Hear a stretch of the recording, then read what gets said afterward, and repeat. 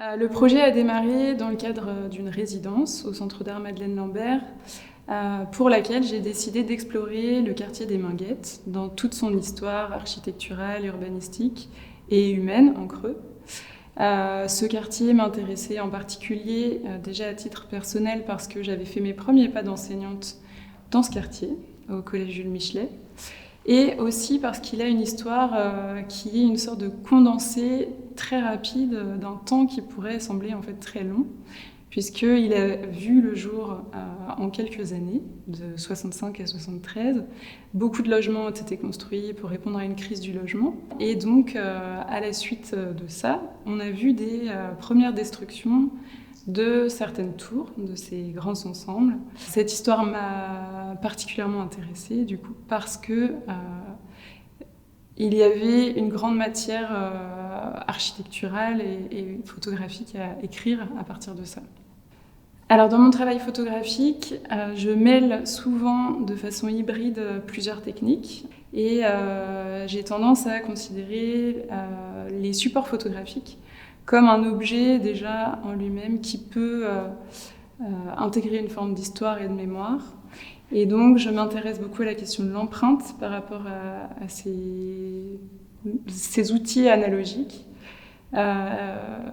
J'ai tendance à détourner beaucoup ces procédés. Je mélange souvent des éléments très contemporains, comme la gravure laser par exemple, ou la sérigraphie, à des procédés qui sont, eux, très historiques.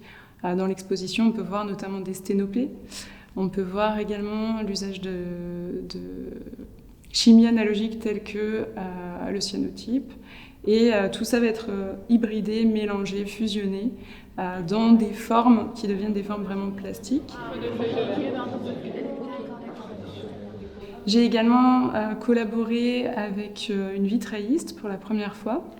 Et là, j'avais vraiment envie d'intégrer des images dans du verre, de faire fusionner la matière de l'image avec celle de ce matériau qui est ancestral. Et donc c'est avec Mélanie Fauché, qui est vitrailliste contemporaine et qui souvent flirte avec le champ de l'art contemporain, que j'ai décidé de collaborer. Pour ce travail-là, on a aussi décidé de réaliser une installation en duo. La vitrerie de Vénissieux nous a beaucoup aidés en nous fournissant des plaques de verre.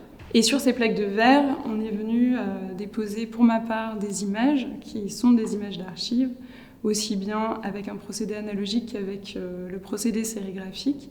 Et Mélanie est venue avec des interventions très discrètes de gravures à certains endroits, gravures qui reprennent des éléments du champ industriel qui va se situer tout autour de Vénissieux. Dans mon travail, souvent, on va retrouver effectivement des oppositions de matériaux, de formes.